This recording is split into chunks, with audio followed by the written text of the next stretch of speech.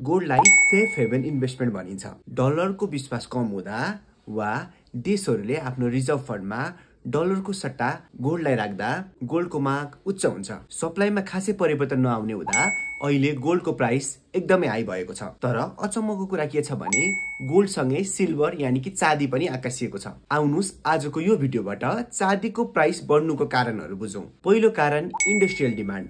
चाँदी इन्डस्ट्रीहरूमा खपत हुन्छ, विशेष गरी solar panel, electric vehicles, electric device उत्पादन गर्नका लागि ठूलो मात्रामा चाँदीको प्रयोग हुन्छ। सोलर प्यानलको कोर सिल्भर यानि कि चाँदी हो र संसार ग्रीन एनर्जीमा शिफ्ट हुँदै गर्दा चाँदीको डिमान्ड वात्तै बढेको पाइन्छ।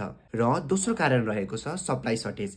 विगत 5 वर्षदेखि नै चाँदीको जति डिमान्ड भएको छ त्यति उत्पादन हुन सकेको छैन। सप्लाई डिमान्ड ग्यापले गर्दा चाँदीको प्राइस बढेको हो। तेस्रो कारण रहेको छ गोल्ड सिल्भर रेशियो। सुनको प्राइस हाई हुँदा लगानीकर्ताहरू चाँदीमा आकर्षित भएको देखिन्छ।